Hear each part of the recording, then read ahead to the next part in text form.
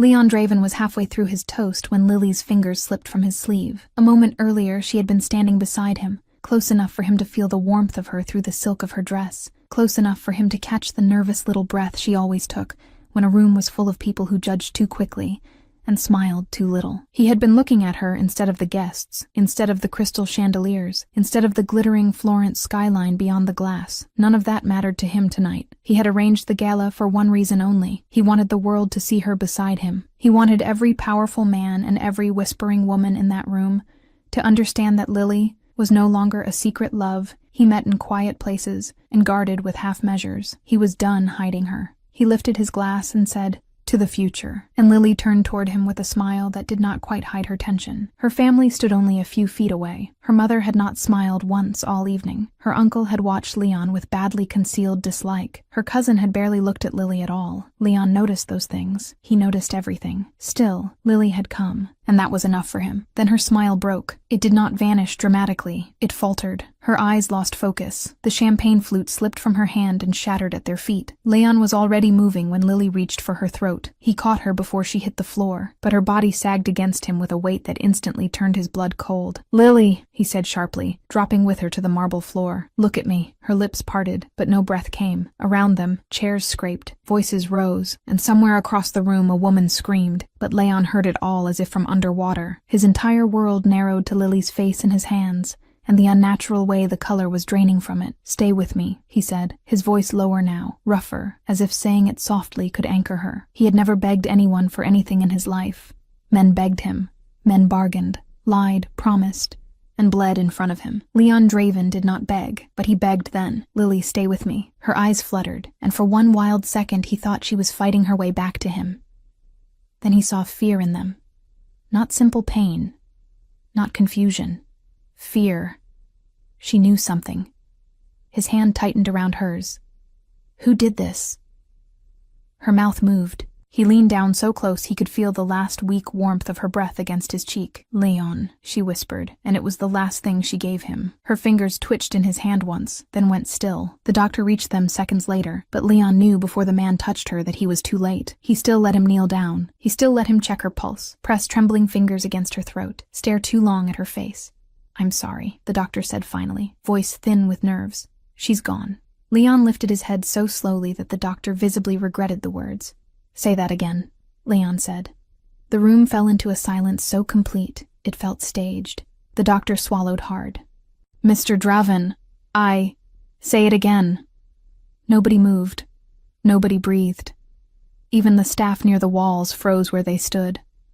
The only sound came from Lily's mother, who had finally begun to cry, and something about it was wrong. Too measured, too careful. The sound of a woman trying to appear broken instead of a woman who truly was. Leon looked back down at Lily. He pressed his fingers to the side of her throat himself, as though force might change what was happening beneath her skin. There was nothing, no pulse, no resistance. Her hand had already begun to lose its warmth. He bent his forehead to hers for one shattered second, then stood up. He did not shout. He did not throw the nearest table through the windows. He did not lose control in the way lesser men expected grief to look. That frightened everyone in the room more than rage would have. "No one leaves," he said quietly. Two of his men moved to the doors at once. They knew that tone. They knew what sat beneath it. Lily's uncle stepped forward with the stiff, defensive courage of a man who knew he was in danger and was trying not to show it. "This is not your house, Draven." Leon turned to him. "No," he said, "but she was under my protection the moment she entered it." A flicker of unease moved through Lily's family. Her mother looked down. Her uncle set his jaw. "This is a family matter now. Her body comes with us." Leon stared at him, his face unreadable, but the uncle had made a mistake.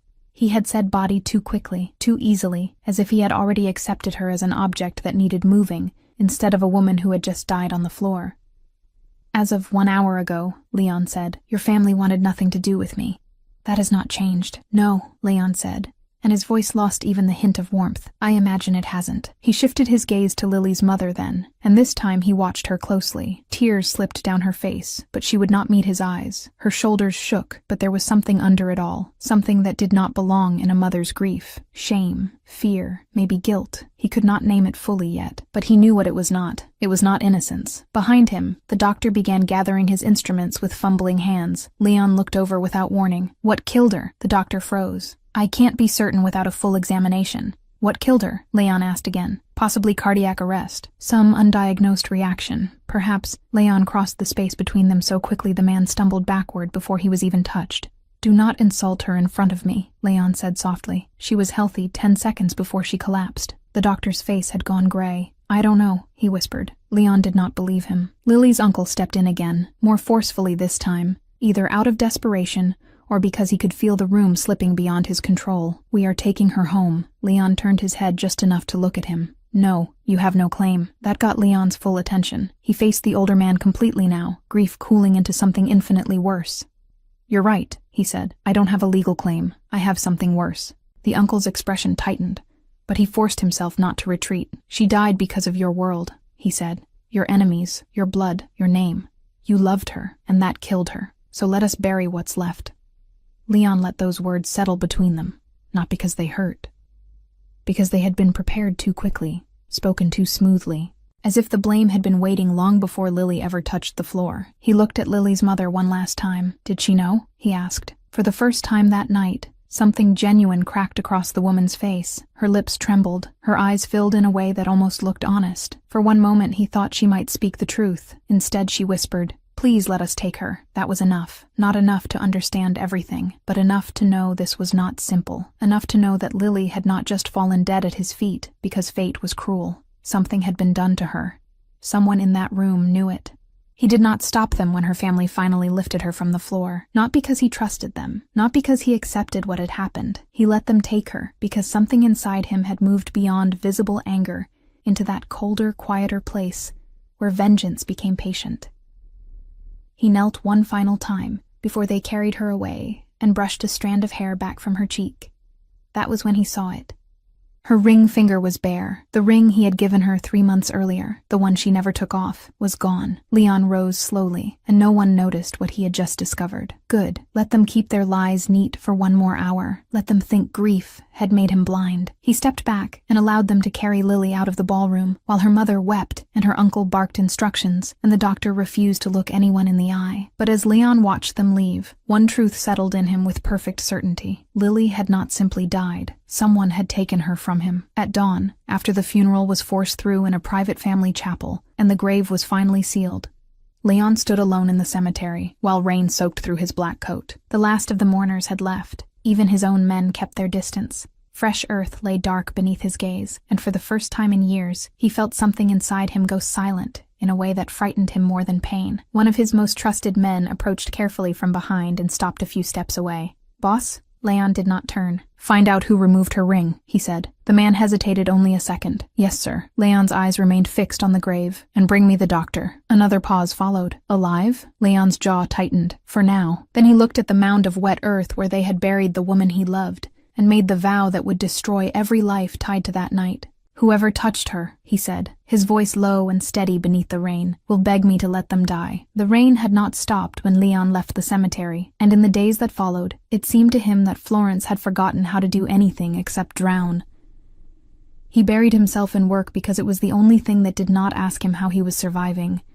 Men kept arriving with updates. Files, names, numbers, rumors. Leon listened to all of it with a stillness that unsettled even the people who had worked for him for years. They expected fury. They expected broken glass and blood on the walls. What they got was worse. He became precise. Every person who had touched that night was pulled apart piece by piece. The doctor disappeared before dawn on the third day. Lily's uncle found his accounts frozen, his business licenses under investigation, his allies suddenly too frightened to return his calls. 2 servers from the gala were found and questioned. The bartender who had poured Lily's champagne was taken from his apartment in the middle of the night and sat across from Leon for 4 hours before he admitted that he had stepped away from the tray for less than a minute. 1 minute, long enough for a hand he never saw to turn a celebration into a burial. Leon kept hearing Lily's last whisper. He kept seeing the terror in her eyes and the way her fingers had tightened around his sleeve, as if she had been trying to hold on to him and warn him at the same time. It would have been easier if she had simply died of bad luck, if some enemy had struck cleanly and disappeared into the dark. He understood that kind of loss.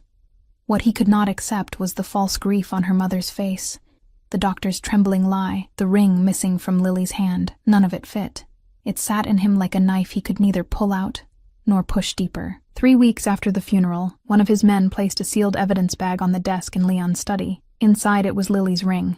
It had been found not at the cemetery, not in the chapel, not among her personal things. It had been recovered from the pocket of a nurse who had been paid in cash to assist the doctor that night. She broke fast once Leon's people got hold of her. She insisted she had never meant anyone harm. She said she was told the ring had to be removed before the body was taken away. She said the doctor had spoken of paperwork, of signatures, of a transfer that had to be hidden. She said she did not understand what any of it meant. Transfer. Leon stared at the ring for a long time after the nurse was gone. He did not touch it at first. He just looked at the small circle of gold and the stone Lily used to twist around her finger whenever she was thinking too hard. A transfer meant movement. Movement meant there had still been something left to move. That was the first night he allowed himself to think the impossible thought. What if they buried an empty coffin? It sounded insane. Even inside his own head, he had seen her collapse. He had held her still body. He had felt no pulse under her skin.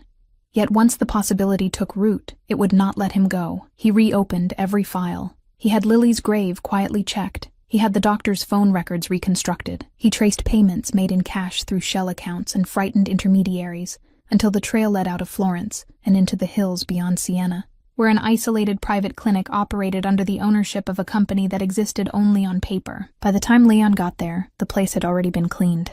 Records were missing. Staff had changed. The doctor in charge swore he had never heard Lily's name. There were traces of a woman in the registry under another identity, admitted the night of the gala and discharged months later, but the paper trail stopped the moment she left the building. Leon tore the office apart with his own hands before dawn. He found nothing except proof that someone had spent a great deal of money to erase whatever had happened there. That should have given him hope.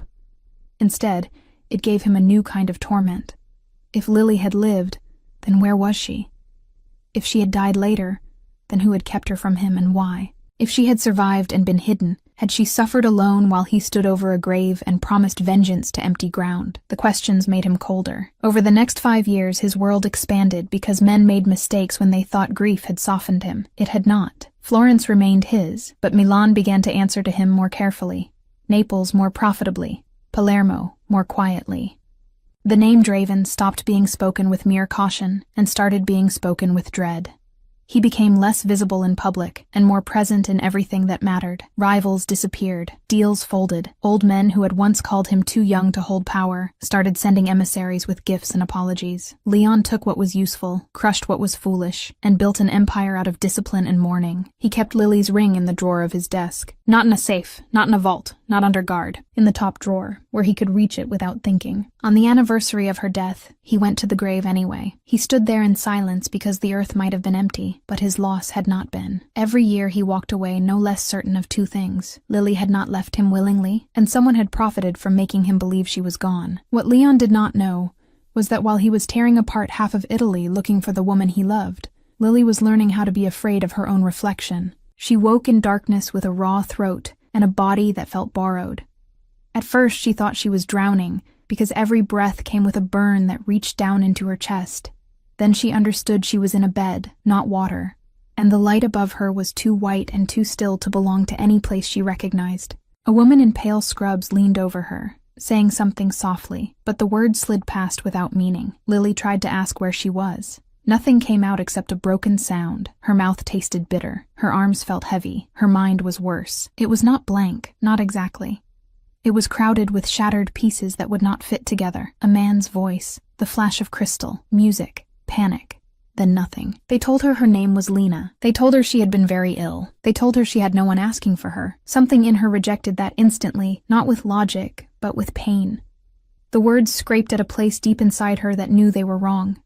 But when she tried to argue, when she tried to say that she remembered something else, somebody else, the effort sent knives of pressure through her skull. The clinic doctor told her memory could be fragile after trauma. A nurse with tired eyes pressed water into her shaking hands and advised her not to force anything. Rest, she whispered. Sometimes forgetting is kinder. Lily did not know then that the same nurse had helped remove her from Florence under false papers, while she lay half-conscious and unable to speak. The months that followed passed in fragments. She learned the shape of the room before she learned the shape of herself. She learned when the sun crossed the window, when the pills came, when the clinic quieted at night. She learned the doctor lied with professional smoothness, and the nurse who changed her dressings looked at her with guilt she could not quite hide. Lily's body healed faster than her mind. Her strength returned in small, humiliating increments. First she could sit up without shaking. then walk to the sink, then stand long enough to stare at her own face in the mirror and feel nothing except unease. She knew the woman staring back at her was beautiful in a way that no longer belonged to her. Dark hair, pale skin, eyes that seemed older than the rest of her. But the face gave her no comfort. It felt like a room she had once lived in, and now rented by force. The dreams started before the memories did. In them, she was always running toward something she could not quite reach. Sometimes it was a gate, sometimes a stairwell, sometimes a man she never saw clearly. Only the outline of his shoulders and the sound of his voice calling one word with such aching certainty that she woke with tears on her face. Stella. She began writing it down without knowing why, on the edge of meal trays, on the inside cover of a book someone left behind in the waiting room, once on the back of her own hand, staring at the letters until the nurse caught sight of them and gently scrubbed them away. "Does it mean something?" Lily asked. The nurse hesitated too long. Maybe it was from before. Before what? Lily wanted to ask. Before the lie? Before the grave? Before whoever had decided her old life needed to disappear? But she did not have those words yet, only the shape of them. One stormy evening, when the clinic corridors had emptied and the doctor had gone home, Lily woke to voices outside her room. The door was not fully latched. She heard the nurse first, low and anxious, and then a man's voice she did not know. "She still remembers nothing?" "Not enough to matter." "And if Draven ever finds out she lived?" A silence followed. Lily sat up slowly, every muscle taut. Then the man answered in a voice flat with certainty. "If Draven ever finds out she lived, none of us survive." Lily did not move until the footsteps faded. She sat in the dark with her knees drawn to her chest, one hand pressed hard against her mouth, and for the first time since waking in that clinic, she knew one thing with absolute clarity.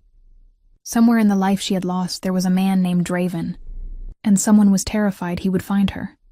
The clinic kept her for 7 months after she woke, though Lily did not understand why at first. They said it was for observation. They said memory returned slowly, unpredictably, and there was no point releasing her before she was stable. What they meant, though she only understood it later, was that they were waiting to see whether she would remember enough to become dangerous. When she did not, when the headaches came but the names did not, when her dreams left her shaken but empty-handed, their patience with her thinned. Kindness gave way to management. The doctor stopped speaking to her like a patient, and began speaking to her like a problem that had already lasted too long. The nurse remained softer, but even that softness had guilt in it now, and Lily had begun to hate the feeling that every person around her knew some part of her life she had been denied. They released her on a cold morning with a small envelope of cash, a train ticket, and papers under the name Lena Moretti. The doctor explained it in a tone that pretended practicality. "There was confusion with your records. This will make things easier." Easier for whom? Lily almost asked. But by then she had learned that no one in that building answered questions they were afraid of. She took the papers because she had no choice. She took the money because she would need to eat. She took the train because there was nowhere else to go. Before she left, the nurse found her near the side exit with a coat that did not quite fit, and a face that looked older than it had 7 months earlier. She pressed something folded into Lily's hand, and closed her fingers around it before she could look. "Don't go back to Florence," she whispered. "Don't ask who you were. Don't let anyone see you asking." Her eyes were bright with fear. "If men start noticing you, keep moving." Lily looked down once she was outside. It was not money. It was a saint medal on a thin chain, cheap and worn smooth by someone else's fingers. On the back, scratched so lightly she almost missed it, was one word: Stella. She stood beside the road with the wind cutting through her coat, staring at it until the letters blurred. She did not know what it meant, but the sight of it hurt. Not like a wound, like the pressure of tears she could not explain. She put it in her pocket and got on the train. The first year after the clinic was the hardest because she had not yet understood that survival could be lonelier than pain. She drifted between towns where no one cared who she had been before. First Arezzo, then a village outside Siena, where an old widow rented her a room over a bakery and asked too many questions with too much kindness. Lily left before she had to answer them. Then a pensione near Lucca, then a shared apartment in Prato with 2 girls who worked in a textile warehouse and assumed Lily's quietness was arrogance instead of damage. In every place, she took the kind of work no one looked at twice. Washing dishes in the back of a trattoria, sorting linen in a hotel basement, scrubbing bathrooms in apartments rented to tourists who complained about dust in cities older than their own countries. She worked because work kept her from thinking, and because thinking usually ended with her sitting very still, one hand over her chest, trying to understand why some absence in her life felt so large it had become a second body beside her. Memory did not return in any generous way. It came like weather, unreliable, brief, and often cruel. A man laughing too loudly at the next table might send panic through her so quickly she would have to leave her food untouched. The smell of cedar smoke on a stranger's coat once stopped her in the middle of a piazza, every hair on her arms rising before she even knew why.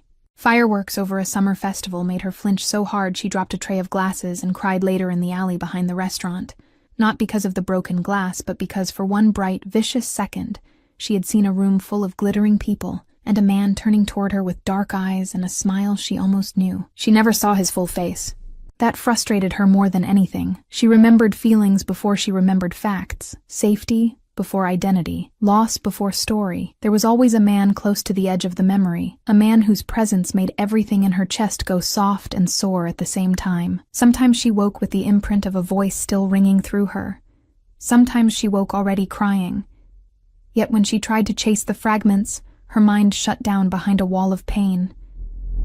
By the second year, she stopped trying to force anything back. She was not healed. She was tired. No, there was a difference. She learned how to live around the blank spaces, instead of bleeding into them. She cut her hair shorter because long hair felt like a responsibility she could not afford. She wore neutral clothes. She avoided makeup. She learned that men noticed women like her more when they smiled. So she smiled less. She spoke politely, worked hard, and made herself easy to overlook. The skill came too naturally. Sometimes that frightened her. A person should not be that practiced at becoming invisible. It was in Siena that she finally stayed long enough for a life to form around her. The city was beautiful in the careless, effortless way old things often were, but she did not fall in love with it at first. What she liked was that Siena belonged to itself. Tourists came and left. Students spilled through the streets. Old women leaned out of windows to argue with the fruit seller below. And the city remained stubbornly unchanged by all of them. It made her feel less exposed. She found a room above a laundry run by a widow named Teresa, who had narrow shoulders, sharp eyes, and a habit of pretending not to care deeply about everyone in her orbit. Teresa gave her 3 days to pay the first week's rent. Lily paid on the second day and stayed for nearly 3 years. By then, she was working for a cleaning company that serviced luxury apartments, offices, and private villas too expensive to be trusted to ordinary staff. The pay was better than anything she had managed before.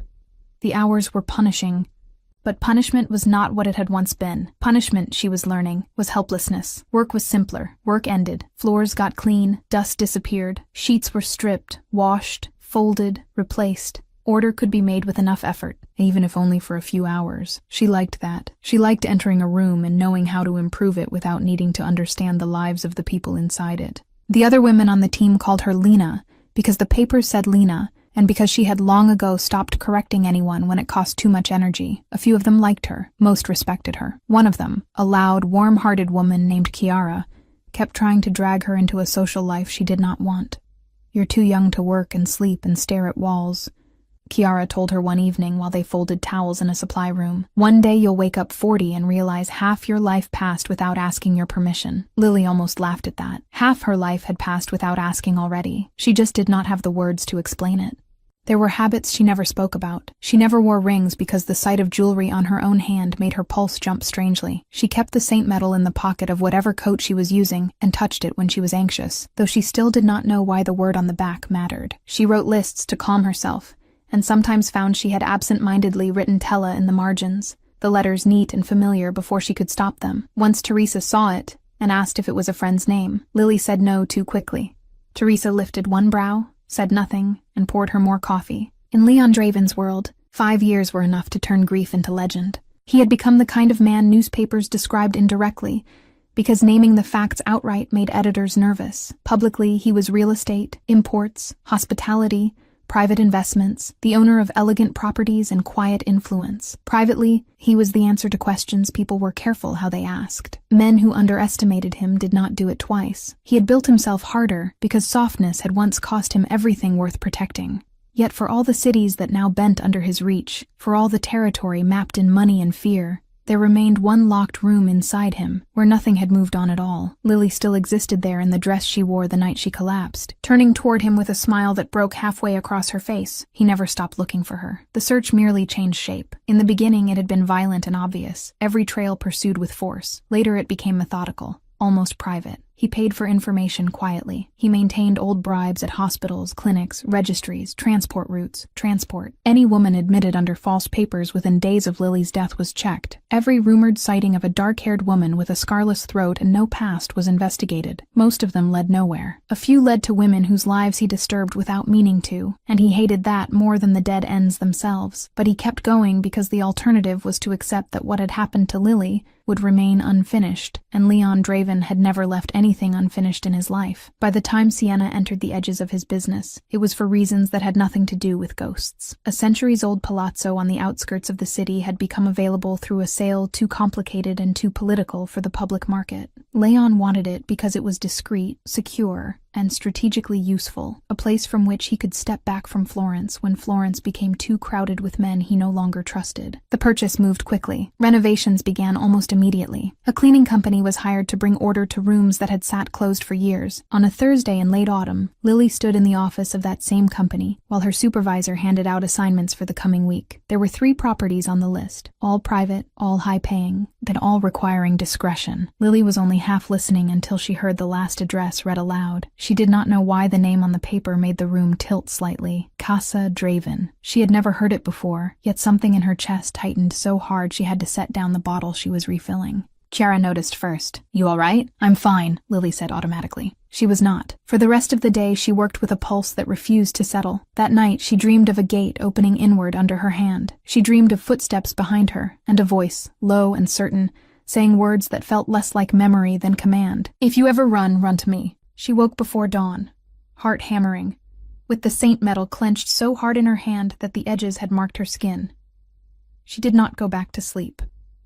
The next morning, the cleaning van rolled through the hills outside Siena beneath a pale sky, and Lily sat in the back with her supplies balanced beside her feet, watching cypress trees flick past the window. Chiara kept up a stream of gossip about one of the owners on their route, about some rich woman in Florence who dismissed staff for watermarks on silver, but Lily heard almost none of it. The closer they got to the final property, the more unsettled she became.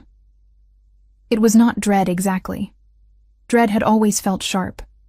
This was different. This was pressure building behind the ribs. Recognition without context. Longing without permission. When the iron gates of Casa Draven finally came into view, her throat tightened. They opened before the van had fully stopped, black bars pulling back over a gravel drive lined with old stone and winter-bare hedges. The palazzo beyond them was massive without trying to impress, the kind of place built before anyone thought beauty needed modern help. It should have felt like another job. It did not. Lily stepped out of the van with a bucket in one hand and a roll of cloths under her arm, and the instant her fingers brushed the cold iron of the gate, a violent flash tore through her. Not an image, a sensation. A man's hand on the back of her neck, the smell of rain and smoke, his mouth near her ear, voice rough with urgency and tenderness at once. "If you ever run, run to me." The bucket nearly slipped from her grasp. Chiara turned. "Lena?" Lily swallowed hard and forced her fingers to close again. "I'm fine," she said, though every nerve in her body had begun to tremble. She looked up at the dark windows of Casa Draven and felt, with a certainty she did not understand, that somewhere beyond them was the missing piece of her life.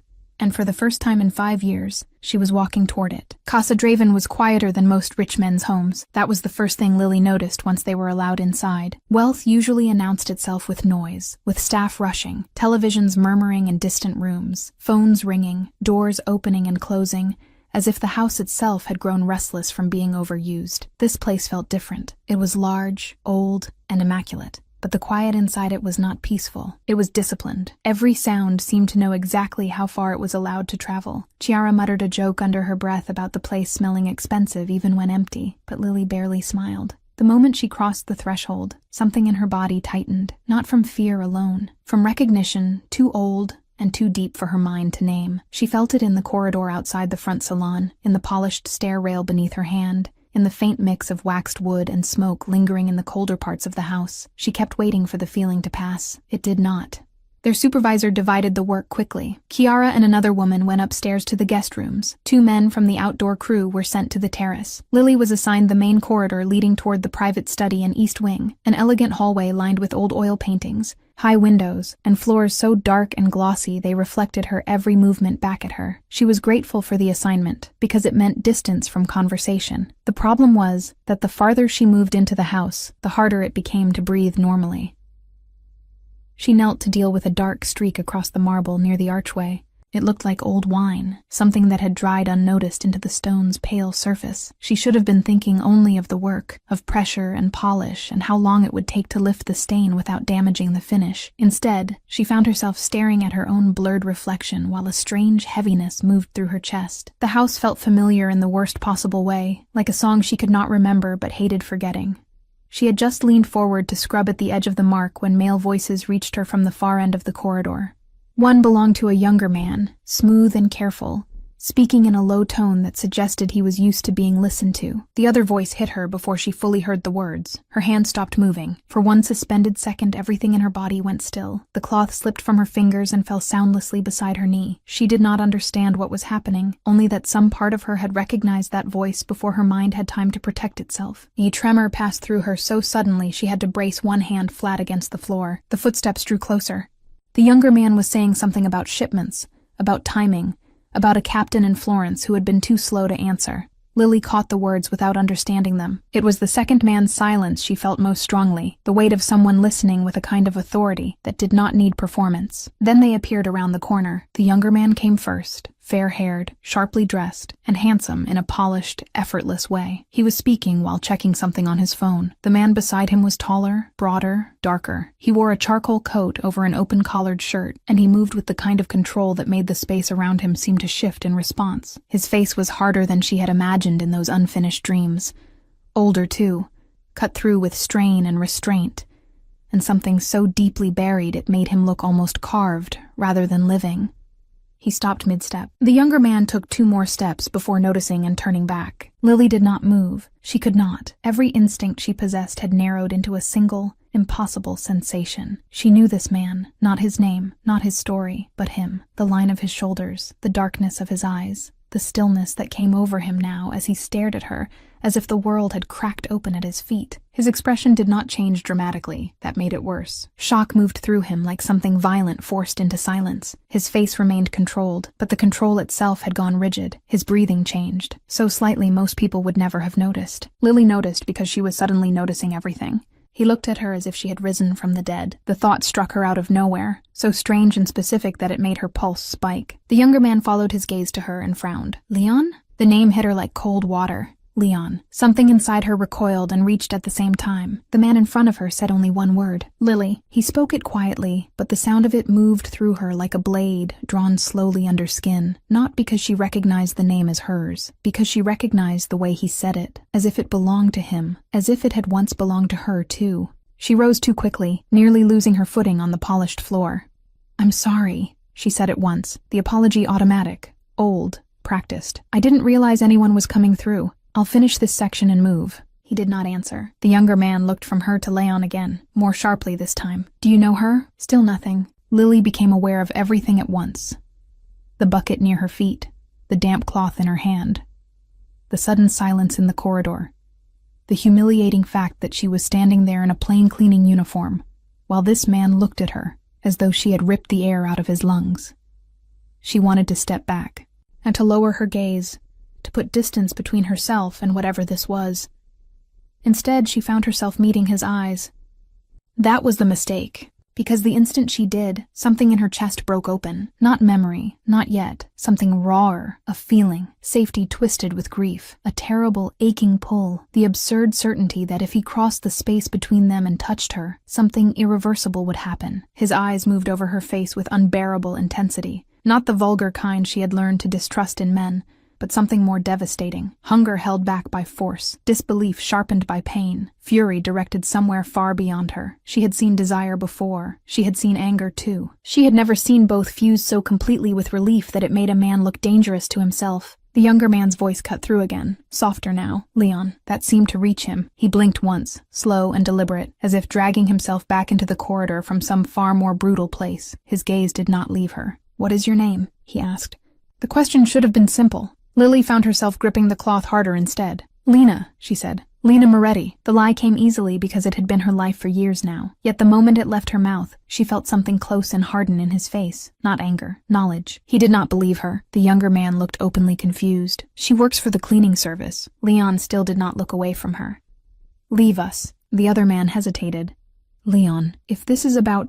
"Leave us." There was no change in volume. That was what made the order final. The younger man's jaw tightened, but he nodded once and stepped back. Before he turned away, he gave Lily a last measuring glance, as if trying to understand what sort of woman could make Leon Draven forget himself in the middle of a conversation that would have ended any other person's morning. Then he walked off down the corridor, his footsteps fading into the silence. Now they were alone. Not entirely alone, Lily thought dimly. Men like him were never entirely alone, but alone enough that the quiet between them became something living. Leon took one step closer, not enough to crowd her, enough to make it impossible to pretend she was imagining him. He was even more unsettling up close, not because he was handsome, though he was, because he looked like a man who had once known how to smile, and had since found better uses for his mouth. There was tiredness around his eyes that did not weaken him. It sharpened him, made him feel more real and less forgivable. "Who sent you here?" he asked. The question made no sense to her. "The company. We were assigned this house."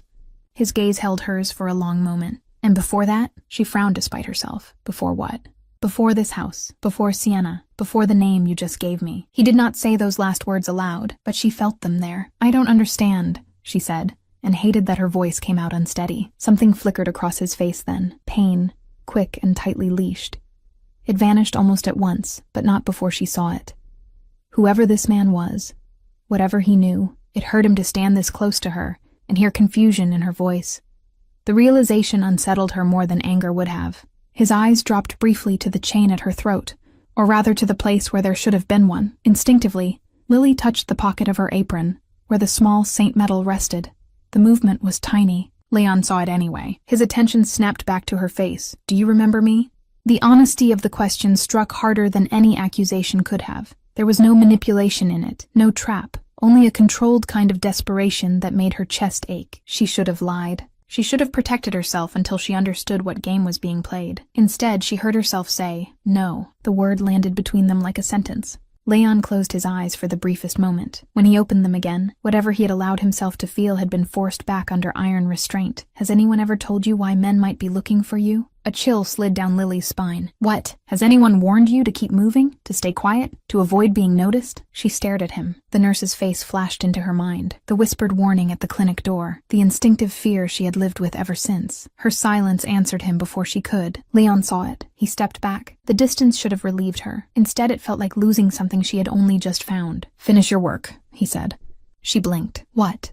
His voice was calm now, perfectly even, but his eyes remained anything but. "No one in this house will touch you. If anyone questions you, they answer to me." The words hit her with the force of memory without the mercy of understanding. For one dizzy second she was somewhere else entirely, hearing a promise in another room, another life, from this same man. Her pulse jumped so violently she almost put a hand to the wall. Leon noticed that too. Of course he did. He reached toward her, then stopped himself before his fingers made contact. The restraint in that unfinished movement told her more than touch would have. "Lena," he said, and this time, the false name sounded like an insult he was forcing himself to tolerate. "Do not leave this property until your shift ends. Do you understand?" She should have objected, asked who he thought he was, reminded him she worked for a service, not for him. Instead, she nodded. Because some broken, buried part of her had already decided that if this man told her to stay, staying might be the safest thing she had done in years. He held her gaze for one last second, then turned and walked away before she could ask the question burning through her. "Who are you to me?" Lily stood motionless in the corridor long after he disappeared. The cloth had dried in her hand. The stain at her feet remained half-finished. Her reflection in the floor looked pale and unreal. She did not know how long she stayed like that, before Kiara came hurrying around the corner, asking whether she had seen one of the silver polish bottles. Lily answered automatically. She even bent back down and resumed scrubbing, but her hands would not steady. The rest of the shift passed in fragments. A maid from the house brought them coffee no one asked for. One of the guards began hovering nearby with the awkward, alert posture of a man following new orders he did not understand. The younger man from before, Leon's brother, Lily guessed, or someone close enough to speak to him without fear, appeared twice at a distance, each time looking toward her with thoughtful suspicion, before moving on. When the workday ended, Lily left through the staff entrance with Kiara talking beside her, but she retained almost none of the conversation. All she could feel was the echo of Leon's eyes on her face, and the unbearable certainty that her life had just shifted around something irreversible. Inside the house, Leon did not return to the interrupted business discussion. He went directly to his private study, shut the door, and stood with both hands braced against the edge of his desk, while the old fury rose through him so fast it nearly blurred his vision. She was alive. She had stood in his house with a cleaning cloth in her hand and a stranger's name in her mouth, and looked at him with no memory at all. For 5 years they had buried her in records, in lies, in fear, and somehow she had survived long enough to come back to him on her knees cleaning a stain from his floor. The door opened behind him without a knock. Adrian entered, careful but curious. "You want to tell me why you looked like you'd seen a ghost?" Leon did not answer immediately. He straightened, opened the top drawer of his desk, and took out the file he had never destroyed. Lily Moretti. Every lead, every discrepancy, every dead end, every payment traced and hidden and reopened over half a decade sat inside it. He placed the cleaning company's assignment sheet beside it, Lily's false name glaring up from the page like a final insult. Then he looked at his brother and said, "Find out who buried a living woman and told me to mourn her." From that day on, Casa Draven stopped feeling like an ordinary assignment and started feeling like a place that was quietly rearranging itself around Lily. No one said it out loud, but the change was obvious. The guards at the side entrance, who had barely looked at the cleaning staff before, began opening the door for her without being asked. The housekeeper who supervised the permanent staff stopped correcting her tone over small things and started giving her the lighter sections of the east wing. Once, when one of the younger men from the kitchen reached across her too quickly for a tray and made her flinch, he was gone by the next morning. No explanation, no scene, just gone. When Kiara noticed, she made a joke about rich people being unstable, but Lily said nothing. She had already begun to understand that this house was ruled by a man who did not need to raise his voice for the world around him to shift. She tried to avoid Leon after that first meeting. She failed without even truly trying. He seemed to exist at the edges of her day like a pressure system she could not escape. Sometimes she would hear his voice somewhere beyond a door and feel her pulse change before she made sense of the words. Sometimes she would look up from her work and find him standing at the far end of a corridor, speaking to one of his men, while his gaze rested on her for 1 second too long. He never approached her without reason. That almost made it worse. If he had been openly possessive or reckless, she could have told herself he was merely another powerful man mistaking control for interest. But Leon Draven watched her the way a starving man might watch a closed door, behind which he had once hidden everything he loved. The strange thing was that she did not feel hunted by him. She felt seen. It disturbed her enough to keep her awake some nights, lying on the narrow bed above Teresa's laundry with the Saint metal warm in her palm, and the memory of his voice moving through her like something half-forgotten and dangerous. She told herself the pull she felt was only fear. It would have been easier if it had been fear. Fear was familiar. Fear had rules. What she felt around Leon was sharper and stranger. Her body relaxed around him before her mind agreed to. When he walked into a room, some tight hidden part of her unclenched against all reason. At the same time, another part of her wanted to run, because no one should feel that safe with a man they could not remember. A week after their first meeting, she was alone in the small silver pantry off the formal dining room, polishing old serving pieces that had not been touched in years. The work required patience and a careful hand, both of which she usually had. That morning her concentration kept slipping. She was turning one of the heavier trays in the light, trying to catch a darkened patch near the edge, when the metal shifted unexpectedly.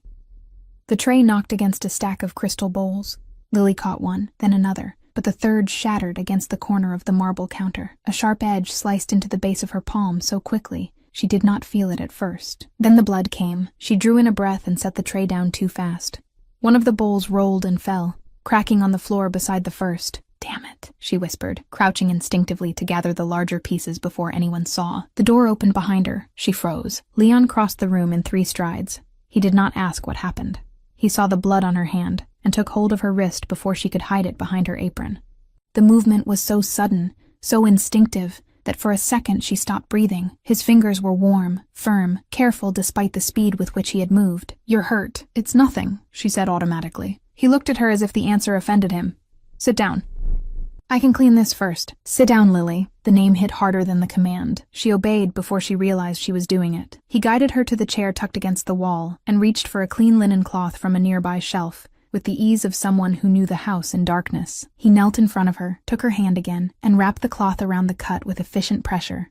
It should have been humiliating to sit there in a cleaning uniform, while a man like Leon Draven knelt at her feet. Instead, what she felt was an absurd, painful tenderness she had no business feeling. "You're pressing too hard," she said softly, mostly to fill the silence. "If I were pressing too hard, you wouldn't be speaking this calmly." That should not have made her want to smile. It did. Leon glanced up at her then, and the look in his eyes turned the room smaller.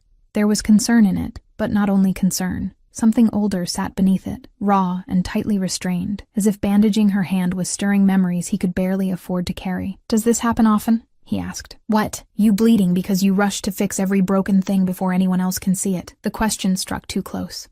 Lily looked away. I dropped the tray. That wasn't my question. For a moment, she said nothing. He had already returned his attention to the cut, unwinding the first cloth to inspect it. The slice was not deep enough for stitches, but it would ache for days. Leon rose long enough to take a proper first aid kit from the cabinet, then came back and cleaned the wound with patient precision. Not once did he touch her more than he needed to. Not once did his grip become careless. That carefulness affected her more than roughness ever could have. I learned to clean up quickly, she said at last, voice low. It keeps people from getting angry. Leon's hands paused for the briefest second. Then he resumed wrapping the bandage. No one here is permitted to get angry at you for bleeding. The words landed inside her with a force she did not know how to resist. She looked down at him, at the dark head bent over her hand, at the crease between his brows as he finished securing the bandage. The room was quiet except for their breathing. The scent of cedar and smoke clung to his coat, and suddenly the walls around her seemed to blur. A flash came without warning, not a full memory, a fragment. Leon's hand, larger than hers, sliding a ring onto her finger, his mouth brushing the inside of her wrist, a low voice near her ear saying, Stella, look at me. Pain burst behind her eyes. She gasped and pulled her hand back too sharply. Leon's head snapped up. What is it? She pressed her free hand to her temple. Nothing. Just the room tilted, the pantry, the shelves, Leon's face. All of it swam around the edge of that single word, Stella. She had written it 100 times without owning it. Hearing it now in her own mind felt like opening a locked room and finding someone still inside. Leon had gone very still. What did you remember? The directness of it startled her. I didn't say I remembered anything. You went pale. Your pupils changed. Your breathing did too. His voice had quieted into something more dangerous than urgency. What did you remember? Lily wanted to refuse him, to protect whatever little control she had left, but his certainty stripped the lie from her before she could shape it. A word, she said. I keep seeing it, hearing it. Stella. Something broke across his face. Not hope exactly. Hope had too much softness in it. This was harsher, more immediate. A wound reopening because it had been touched at the center. Leon looked away for a second, jaw tightening, then forced himself back under control. That's what I called you, he said. The room went silent. Lily stared at him. Why?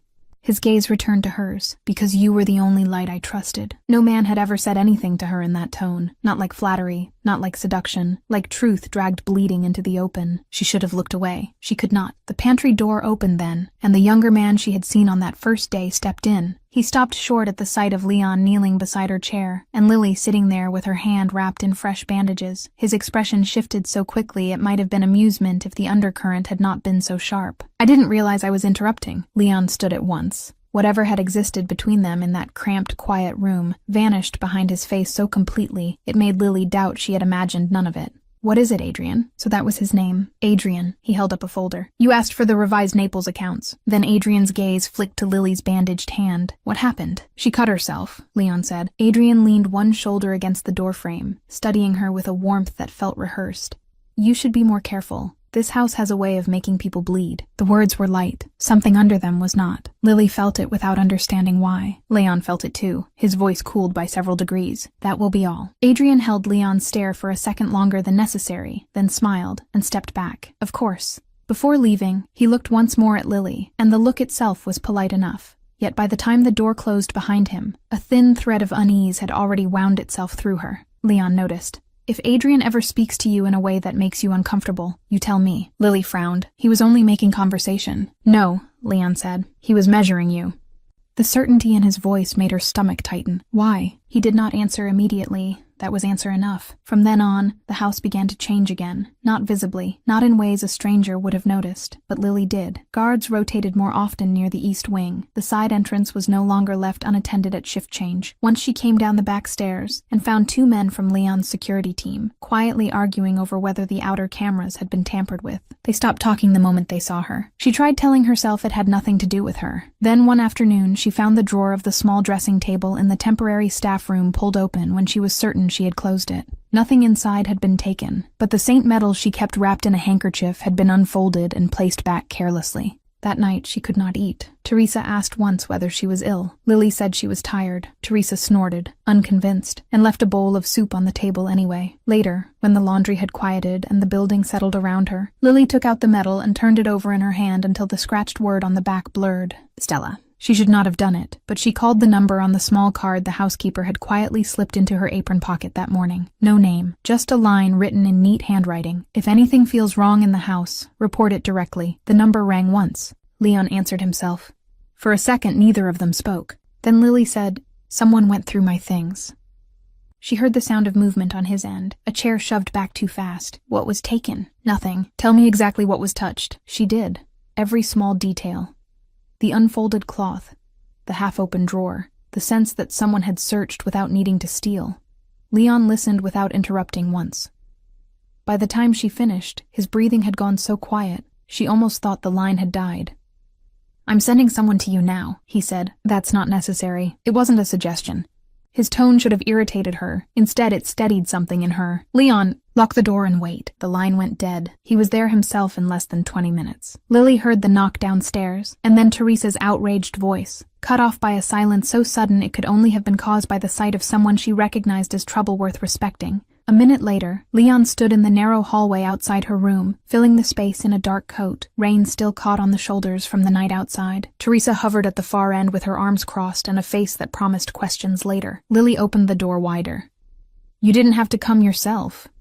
"Yes," Leon said, stepping inside. "I did." Her room was painfully small for a man like him. Bed, chair, narrow wardrobe, washstand, one lamp. Leon's gaze moved over all of it once, not with judgment, but with the kind of anger that comes when someone sees how little comfort another person has been forced to call enough. He went straight to the dressing table, checked the drawer, then the window latch, then the lock on the door. He asked 3 clipped questions about who knew where she lived, and received 3 answers he clearly disliked. When he was done, he turned toward her, and for the first time since arriving, the hard efficiency left his face.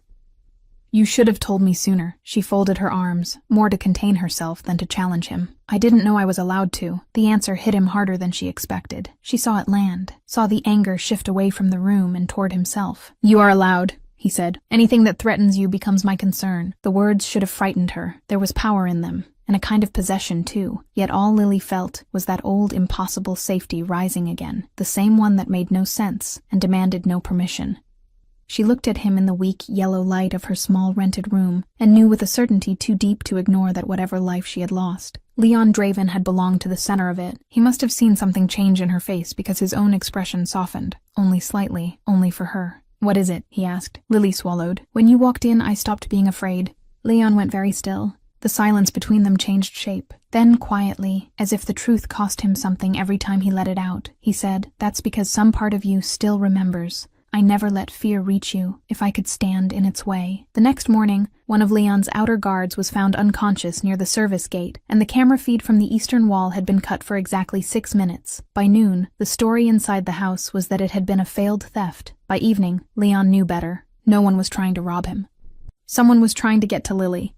Leon did not let Lily leave Casa Draven after the camera feed was cut. He told her that much himself. Not through a guard, not through the housekeeper, and not in the cold language of orders disguised as protection. He found her at the end of her shift in the staff corridor, coat already on, bag over her shoulder, and said, "You're staying here tonight."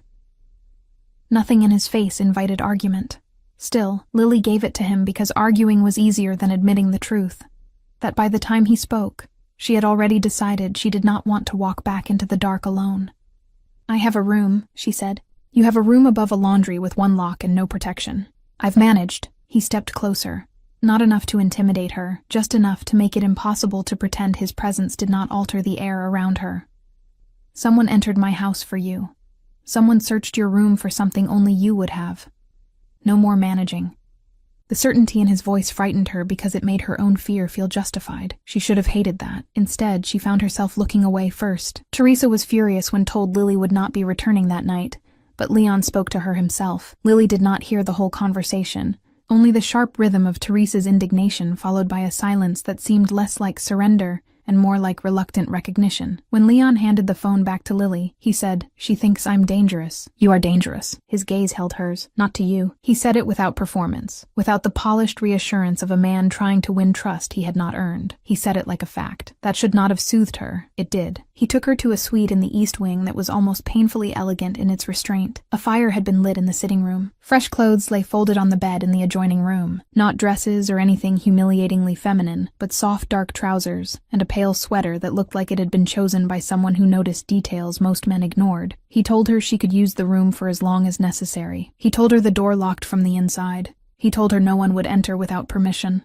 Then he added, "I need you to stay awake a little longer." Lily studied him. Why? For the first time since she had known him, Leon looked unsure of the order in which pain should be delivered. "Because I should have told you the truth the first day I saw you. Because I waited too long. Because if I lose the chance to tell you now, I won't forgive myself." She did not answer immediately. The room was warm, but her skin had gone cold again. What truth? Leon looked at the fire for a second, then back at her. "That you are not Lena Moretti. That you were never a cleaner in Siena before life made you one. That 5 years ago, you were Lily Moretti, and you were going to marry me." Nothing moved in her face for a moment. It was too large a thing to understand quickly. She had imagined lies. She had imagined debts, old enemies, a hidden family, some crime she had unknowingly witnessed. She had not imagined that the blank center of her life had once belonged to this man. She laughed once, but there was no humor in it. "That's cruel." "I know." "No, you don't." Her voice sharpened. "You don't get to walk into my life, watch me lose my mind every time I hear your voice, and then say something like that as if I should simply believe you." "I don't expect belief," he said quietly. "I expect rage, questions. I deserve both, but I will not let you keep living inside a lie someone else built for you." She crossed her arms, holding them tight against herself. "And how convenient for you that the truth makes me yours." Pain moved through his expression so quickly she almost missed it. "Lily, if all I wanted was ownership, I would have told you a simpler story." The way he said her name did something dangerous to her heartbeat. She hated that. She hated him for making her hate it. "What happened to me?" she asked. Leon was silent for a beat, then said, "Come with me." He led her through a private corridor off the east wing and down a narrower hall she had never cleaned, past 2 locked doors, and a study no one else seemed to use. At the end was a smaller room lined with shelves, a desk, and a long cabinet built into the wall. It was not an office exactly. It felt more intimate than that, more guarded, the kind of room built not to impress anyone, but to hold the things a man would rather die than lose. Leon closed the door behind them and crossed to the cabinet. When he opened it, Lily saw at once that everything inside had been arranged by grief. Not randomly, not sentimentally. Precisely. A dress box, a velvet case, stacks of files, a silver photograph frame turned face down, a sealed evidence bag, the careful curation of a man who had refused to let memory rot. He set the photograph frame on the desk first and turned it toward her. Lily stopped breathing. It was her, not the woman she had become in borrowed coats and rented rooms, but herself in a dark green dress she had no memory of wearing, standing beside Leon under strings of light with her head turned toward him, laughing at something beyond the edge of the frame. His hand was at her waist, not possessively, as if that was simply where it belonged. There was joy in her face so open and unguarded that it hurt to look at. She took a step closer. Leon opened the velvet case next. Inside lay a ring, gold, understated, unmistakably worn. The sight of it hit her before her mind understood what she was seeing. Her hand rose instinctively to the bare finger that had always felt strangely wrong to her. Then he placed the sealed evidence bag beside it. Inside that bag lay another ring, different, more formal, the one he had found missing the night she collapsed. "My ring," Lily whispered, though she could not have said how she knew. Leon nodded once. "The engagement ring I gave you in private is in the case. The one your family expected people to see is the one taken from your hand after you were pronounced dead." Her knees felt weak. She moved to the chair by the desk without deciding to sit. Pronounced dead. Leon did not sit. He remained standing, one hand flat on the desk as if anchoring himself to the wood. 5 years ago, at a gala in Florence, I announced our future. You collapsed in my arms before I could finish the toast. A doctor tied to your family declared you dead within minutes. Your mother cried. Your uncle blamed me. They buried a coffin I now believe you were never inside. The room blurred at the edges. Lily pressed her fingers to her temples. "Stop. I will if you tell me to leave you inside the lie." She wanted to. God, she wanted to. But the photograph on the desk, the ring, the unbearable sincerity in his voice, all of it was pressing against places already cracked inside her. If this was manipulation, it was monstrously detailed. If it was truth, then her whole life had been stolen with such precision that she had walked around inside the theft for 5 years without knowing it. "What do you want from me?" she asked. Leon's answer came at once. The truth back. Not love, not gratitude, not submission. The truth back. That more than anything made her believe him. He opened the dress box last. Inside lay a pale silk gown folded in tissue paper. Lily touched the edge of it before she knew what she was doing. The instant her fingers brushed the fabric, the first memory struck with enough force to bend her forward. Music, a chandelier exploding in white light. Leon turning toward her with a glass in his hand, the taste of metal under champagne. Her mother's face close to hers earlier that evening. lips brushing her ear as she adjusted the strap on Lily's dress. "Forgive me." Lily inhaled sharply and the room snapped back into place. She was shaking. Leon came around the desk at once but stopped himself half a step away. "What did you see?" She looked up at him with eyes already filling. "My mother." He went very still. Lily swallowed hard. "She said something to me. Before the gala. She touched my shoulder. Her voice cracked. She looked like she'd already lost me." Leon closed his eyes for a second, and all the control he carried seemed to pull tighter across him, rather than loosen. "I know. You knew my family did this?" "I suspected. I didn't know how far." Lily pushed back from the desk and stood, pacing once, twice, nowhere near enough to escape the memory surging through her. No, there's more." She pressed her hand against her mouth, then forced it down. "I remember being afraid. Not of you, of something else. Someone gave me the drink." "No." She shook her head violently. "No, I took the glass myself. It was already in my hand. My uncle said I needed to smile. I looked for you. Then everything burned." The words were spilling now. Leon did not interrupt once. "I heard you," she said, turning toward him. "On the floor. I heard you. I couldn't answer." Tears were falling freely now, hot and furious. "Oh God, you were there. I heard you, and I couldn't move." Leon crossed the remaining distance then, and caught her by the shoulders, not hard, but enough to keep her from collapsing under the force of it. "Lily." She made a broken sound and covered her face with both hands. 5 years of confusion, of living in fragments, of mistrusting her own instincts and swallowing fear without explanation. All of it shattered at once against the image of him kneeling over her, while her body failed and her family watched. "They made you bury me," she whispered into her palms. Leon's fingers tightened once, painfully. "Yes." A sob tore out of her before she could contain it. Leon pulled her into him then, fully, finally, with the kind of desperation that had waited years for permission. Lily resisted for less than a heartbeat before the resistance died. She pressed herself against his chest with both hands clutching the front of his shirt, not because she had chosen forgiveness, not because all the missing years had stopped mattering, but because her body knew him before her pride could object. She knew the shape of his hold. She knew the way his hand fit between her shoulder blades. She knew the low sound he made when he was trying and failing to remain composed. Memory came in more flashes against him. His mouth against her forehead, his hand guiding hers across a page as he taught her to sign a new deed for a bakery he wanted to buy with her. A private garden in Florence, where he told her he loved her without once using the word, because he did not need to. A ring sliding onto her finger while he murmured, "Stella, if you ever want out, I let you walk. If you stay, because you choose me." Lily pulled back just enough to look at him through her tears. "I did choose you." Something wrecked and wondrous moved through his face. "I know." She shook her head, grief turning sharp again. "My family didn't save me from you." The words came out like something poisoned finally expelled. "They sold me." Leon said nothing. He did not soften it. He did not tell her there was another way to understand it. He only held her while the truth settled where her lost years had once been. The knock on the door came hard and fast. Leon's entire body changed in an instant. He let her go, but stayed close enough to catch her if she swayed. "What?" The door opened before the answer came. Adrian stood there, face pale in a way she had not seen before. For the first time since she'd met him, all polish was gone. "Leon," he said, and his voice was too tight. "One of the outer guards is dead." The room dropped back into danger at once. Leon moved toward him. "How?" "Throat cut. No one heard anything. And..."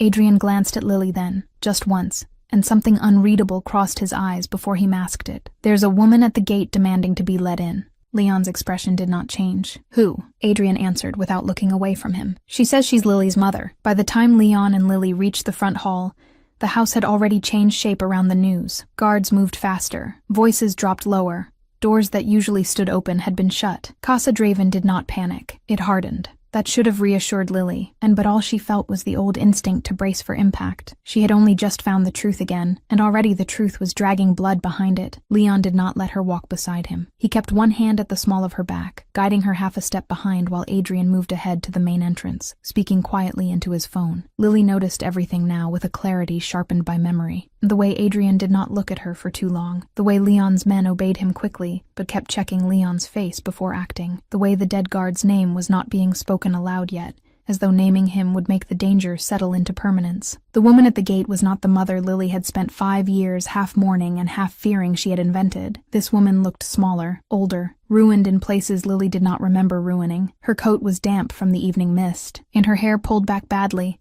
as if she had dressed in a hurry with shaking hands. But the moment she lifted her face, and their eyes met, Lily knew her. Not because of love, because of the wound between them. Her mother took one stumbling step forward. Lily. The sound of her own name in that voice almost sent Lily backward. 5 years of absence did strange things to grief. It did not preserve love neatly. It let it sour in the dark. She could still remember being a child and curling against this woman on winter mornings while the coffee brewed. She could also remember the same woman leaning in behind her at the gala, adjusting the strap of her dress with trembling fingers and whispering, "Forgive me." Leon stopped a few feet away and made no move to bring her closer. "You have 1 minute," he said. "Use it well." Lily's mother flinched at his voice, then looked back at Lily with something raw and desperate in her face. "I tried to get to you sooner." "That's a lie," Lily said. Her mother's mouth trembled. "I know. There was no point pretending otherwise. No point softening the first cut when the blade was already in." Lily folded her arms tightly across herself. "Why are you here?" "Because he knows," her mother said, eyes flicking to Leon before dropping again. "Your uncle knows Leon has found you. He's trying to move what remains of the money and run. The men behind him won't let him. They're turning on each other now, and if I don't speak tonight, none of us will live long enough to speak at all." Leon's expression remained unreadable. "Names." Her mother dragged in a breath. "The debt came first. Your uncle made it worse. He borrowed against things he didn't own, promised shipments he couldn't deliver. And when the pressure came down on us, they offered him a way out." Her eyes filled, but she went on. "They knew Leon had chosen you. They knew what that meant. They said if you disappeared cleanly, if Leon believed you were dead, the debt would be forgiven." Lily stared at her. The night around them seemed to pull tighter. "You let them poison me to save money?" Her mother shook her head hard. "I was told it wouldn't kill you. I was told you'd be taken somewhere safe until it was over, until they found another arrangement. I was told if I refused, they'd kill you and your little cousins and your uncle all the same." Her voice cracked badly then. "I chose wrong. I know I chose wrong." "Stop saying it like you made one bad decision," Lily said. She could hear her own voice rising but could not stop it. "You stood there while they buried me." Her mother's face collapsed. "I couldn't stop it. You didn't try." The silence after that was so deep, Lily could hear the metal click of a guard adjusting his grip on a weapon somewhere to the left. Leon spoke without looking away from Lily's mother. "Who inside my house helped them?" Her mother closed her eyes. Lily saw the answer before she heard it. Saw it in the fear that changed shape inside her. This was not fear of Leon, not fear of her dead brother. This was fear of a name still living. "There was a man already close to you," she whispered. "Your rival said the cover would only hold if someone near you controlled the noise after the funeral, someone who could steer suspicion away from the family and keep you looking outward instead of inward." Leon's voice turned colder. "Who?" Her mother opened her mouth. The shot cracked through the courtyard before the name came out. For 1 second, Lily thought the sound had come from inside her own skull. Then her mother jerked backward, a dark hole blooming high in her chest, and all the air vanished from the world. She fell before she understood she had been hit. Leon moved at the same instant, one arm catching Lily around the waist and throwing her down behind the stone fountain, as guards shouted and weapons cleared leather from every direction. Adrian was already yelling for the east wall to be covered. Someone shouted about the roofline. Another shot shattered one of the lanterns by the gate and sent glass raining across the path. Lily hit the ground hard enough to bruise. Leon's body came over hers a heartbeat later, shielding her completely. There was no hesitation in it. No calculation, just instinct, old and absolute. "Stay down," he said. The order would once have angered her. Now it only sharpened her fear. "My mother, she's gone." The words were flat, not cruel. Final. Gunfire erupted from the terraces. The attack had not come for one shot only. Men were moving outside the walls now, testing entry points, drawing attention from the gate while someone inside tried to open a path. Leon understood it immediately. Lily felt the change in him, the terrifying calm of a man who knew exactly what kind of war had just arrived at his front door. He rose into a crouch and pulled her with him toward the inner colonnade. 2 guards covered them, while another dragged her mother's body out of the open, though Lily knew from the way she moved that there was no saving to be done. Adrian appeared at the corner ahead, breathless but composed, and handed Leon a second weapon without needing to be asked. "They've breached the service lane," Adrian said. "At least 6, maybe more." "Inside help?" Leon asked. Adrian's face hardened. Had to be. Lily's heart kicked painfully against her ribs. She was no longer the woman who knew nothing. She knew enough now to understand what this meant. Someone within Leon's circle had coordinated the timing. The dead guard, the camera feed, the search of her room. Her mother silenced the second she tried to speak. This had not been panic. It had been design. Leon looked at her once. "Can you move?" She wanted to say no, wanted to give in to shock, to the memory of blood, to the terrifying possibility that everyone around them was a stranger wearing loyalty like a coat. Instead, she nodded. "Good," he said. "Then do exactly what I say." They moved through the house fast, staying off the main lines of sight while shots broke windows in the west wing. Lily kept close enough to Leon that she could feel the heat of him each time he turned to check her position. At the first stairwell, they nearly ran into one of his senior captains, a broad-shouldered man named Ricci, who had once nodded politely at her in corridors and never much more. Tonight his face was wet with sweat, and his weapon hand shook just slightly too much. "Boss," he said, "the lower hall's compromised. We need to get you out the cellar route." Leon did not slow. "Who opened the service lane?" Ricci hesitated. It lasted less than a second. It was enough. Adrian saw it too. His weapon came up half an inch. Ricci's gaze flicked, not to Lily, not to Leon, but to the east entrance behind them, as if measuring whether the men outside had gotten close enough yet. Leon stopped walking. The silence that followed felt louder than the gunfire. "You," Leon said. Ricci swallowed. "I had no choice." Leon's face did not change. Ricci seemed to hear how weak that sounded and rushed on. It was never supposed to go this far. The girl was supposed to stay gone. That was the agreement. Then she turns up in your house, and everything starts collapsing. You were supposed to grieve and move on. You were supposed to look at your enemies, not your own blood. Lily felt Leon go still in a way that was somehow more dangerous than motion. "Whose blood?" he asked. Ricci laughed once, harsh and breathless. "You really still don't see it." He moved then, fast enough that a lesser room might have broken. Adrian fired first. The shot took Ricci high in the shoulder and spun him into the wall before he could raise his own gun. One of Leon's guards crossed the distance and kicked the weapon away. Ricci slid down the paneling, leaving a dark streak behind him, breathing in wet, broken pulls. Leon stepped forward and looked down at him. "Say the name." Ricci's mouth twisted around pain. "You buried the wrong enemy, Leon." He coughed, spat blood at the floor, and smiled with something close to pity. The one sharing your blood was always the real knife. Before Leon could force more from him, another shot came through the shattered side window and tore through Ricci's throat. He went still mid-breath, the answer dying in him before it could fully form. For one impossible instant, everyone froze. Then Leon barked the next order and the house moved again. They abandoned the lower halls after that. Too exposed. Too many windows. Adrian guided them through a narrower route toward the old wine cellar, while the surviving guards split to cover the west entrance and roof. Lily moved because Leon kept moving, because stopping meant thought, and thought meant collapsing under the weight of what she had just heard. The one sharing your blood. Adrian was Leon's brother. Her brother's voice from some old memory rose unbidden in her head, mocking and pleased. Men always protect the wrong woman when they forget blood comes first. She stumbled. Leon caught her immediately. "Talk to me." "I'm fine.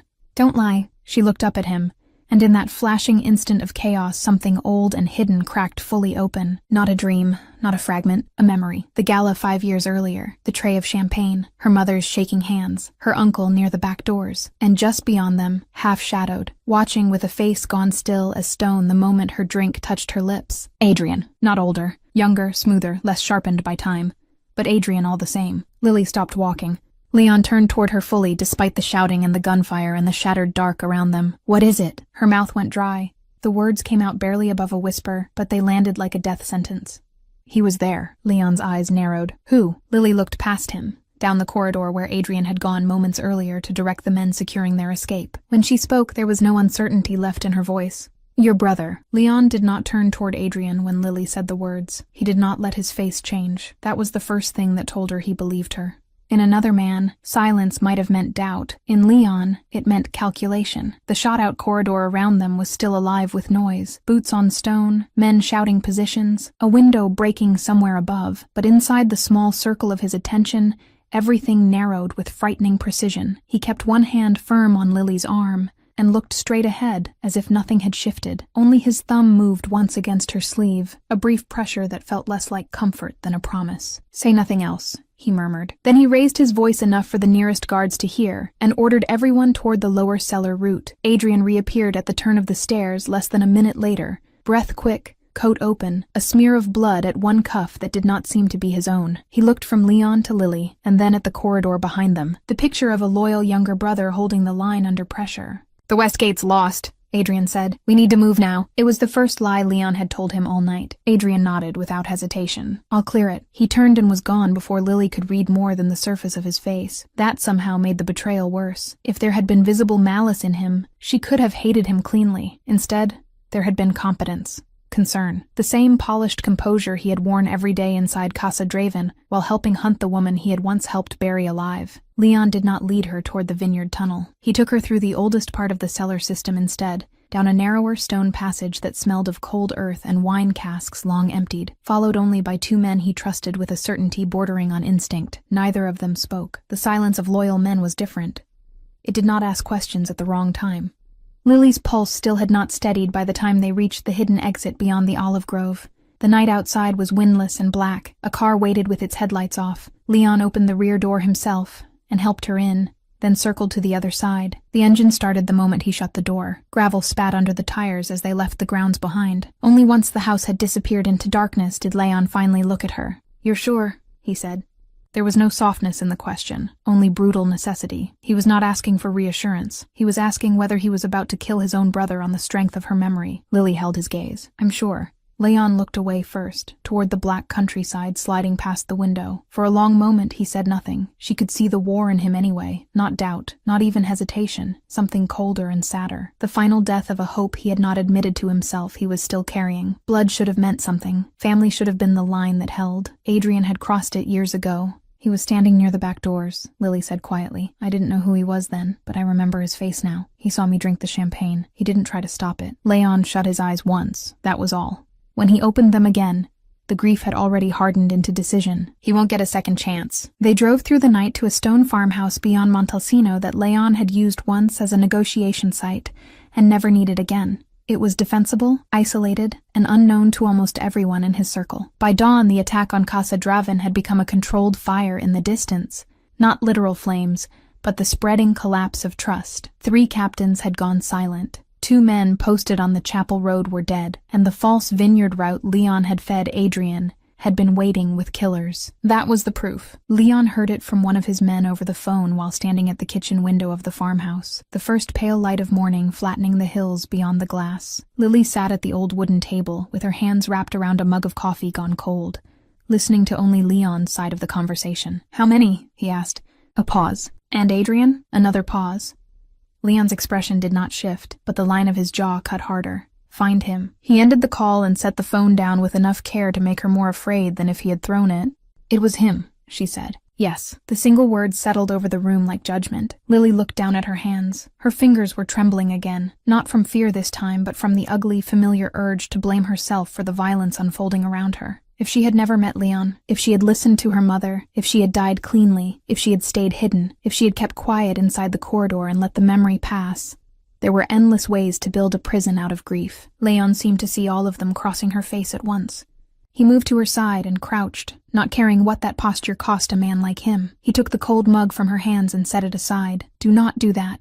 "Do what?" "Turn this into your fault." She laughed softly, bitterly. "My family poisoned me. Your brother tried to finish what they started. People are dead, and none of them died because you existed." His voice stayed low, but the force in it made her look at him. "They died because cowards decided your life was easier to spend than their own. That shame belongs to them, not to you." Her throat tightened. "You make it sound simple." "It isn't simple." He reached up and brushed a strand of hair back from her face, the gesture so intimate it hurt. "It is still true." She closed her eyes briefly under his hand. When she opened them again, Leon was still there. Still solid, still looking at her as though the years between them had wounded him, but never changed the direction of his heart. The knowledge of that was almost too much to bear. She had lost 5 years. He had lived them awake. "What happens now?" she asked. A hard light entered his gaze. "Now I end it." He did not need to send for Adrian. Adrian came to him, just after noon. One of Leon's men called from the chapel road outside Florence, with the update Leon had expected the moment he chose not to run farther south. Adrian had resurfaced through an intermediary and requested a meeting. Alone, of course. Urgent, of course. He claimed he wanted to explain. Men always wanted to explain once the ground opened under them. The meeting took place at the chapel where Lily's family had buried the empty coffin. Leon chose it deliberately. When they arrived at dusk, the cemetery was locked and silent. Rain hung in the air, but had not yet fallen. Leon left Lily in the chapel itself with 2 armed guards outside the door. Not because he thought she was fragile, but because he knew Adrian too well now to assume the final knife would not be aimed at the person who mattered most. Lily wanted to argue. She did not. She only caught Leon's sleeve as he turned to leave. "Don't let him make you doubt yourself." Something fierce and tired moved through his face. He bent and pressed his forehead to hers for one brief second, the old gesture from the life they had lost. "I won't." She watched him walk out into the cemetery where his brother was already waiting beside the grave that had once carried her name. Adrian had come alone, at least visibly. He stood with his hands empty and his coat buttoned against the wind, looking more like a banker than a traitor. That had always been part of his gift. Violence never clung to him until he wanted it seen.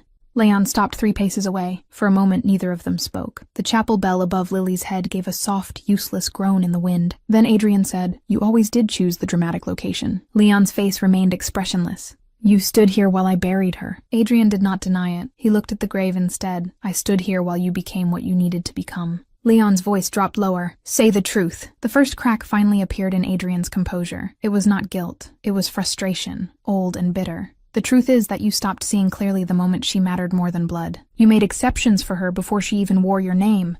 You softened. You hesitated. Men noticed. Enemies noticed. I noticed. She was not your decision to make."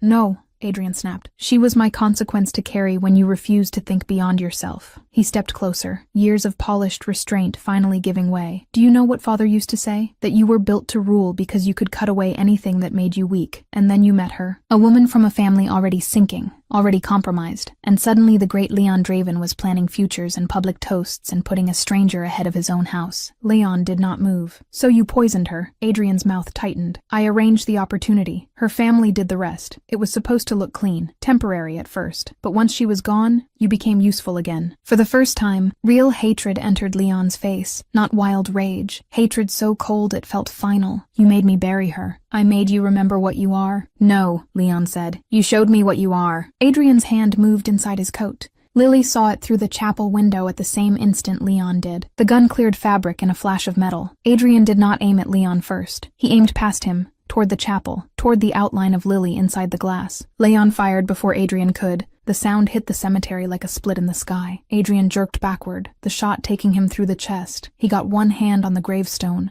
as if trying to steady himself against the absurdity of dying there, over her, after all he had done to erase her. Then his fingers slipped. He fell hard onto the wet ground at the foot of the empty grave. For a long second, the whole world went quiet. Leon stood motionless, weapon lowered, looking down at the brother who had spent 5 years trying to turn love into weakness and blood into excuse. When he finally spoke, his voice held no triumph at all. "You were wrong about one thing," he said. "She never made me weak." Rain began then, soft at first. Lily did not remember crossing the chapel floor. One moment she was at the window with her hand over her mouth. The next she was outside, the rain dampening her hair as she reached Leon, and stopped only when he turned toward her. There was blood on his cuff that was not his. There was no relief in his face yet, only the strange emptiness that follows the end of something monstrous. She lifted one hand to his cheek. He leaned into it for the briefest second. That was when Lily understood that endings were not clean, even when justice was. Adrian was dead. Her uncle would be found before dawn. Leon had already made certain of it. The men who had helped bury her life would not outlive the weak. Yet none of it returned the years they had stolen. None of it erased the grave between them. What it did give them was the right to stop living inside someone else's lie. A month later, on a clear morning in Florence, Leon stood beside Lily in the cemetery while workers removed the stone that had borne her name. There was no body beneath it, only earth and the remains of a fraud. Lily watched until the last broken piece had been carried away. Then she turned to Leon. He had brought the ring with him, not in a velvet box this time. In his hand, warm from the pressure of his fingers. "I should ask again," he said. "Not because I doubt your answer. Because this time no one chooses for you. Not your family, not my blood, not fear." The wind lifted a strand of her hair across her cheek. Leon brushed it back with the same careful hand that had once bandaged her palm and once held her while the truth came crashing back. "You owe me nothing, Lily," he said quietly. "Not for the past, not for what they did. If you want a life without my name in it, I'll build it for you and protect it from a distance. If you want to walk away, I'll let you. But if you stay, stay because you choose me now." Tears burned behind her eyes, but this time they came without helplessness. She looked at the man who had mourned her, found her, believed her, and gone to war with his own blood, rather than let the world steal her twice. Then she looked at the ring. "I already chose you once," she said. "They just weren't strong enough to make it permanent." The breath he let out sounded almost like pain. Lily held out her hand. When Leon slid the ring onto her finger, there was no audience, no crystal, no poisoned glass waiting to turn joy into grief. There was only sunlight on old stone, earth settling quietly where lies had been torn out, and the steady warmth of his hand closing around hers after the ring was in place. This time, when he bent to kiss her, there was nothing broken in it, no interruption, no ghost standing between them, just the slow, certain return of something that had been buried alive and come back breathing. And for the first time in 5 years, Lily felt her life belong fully to her again.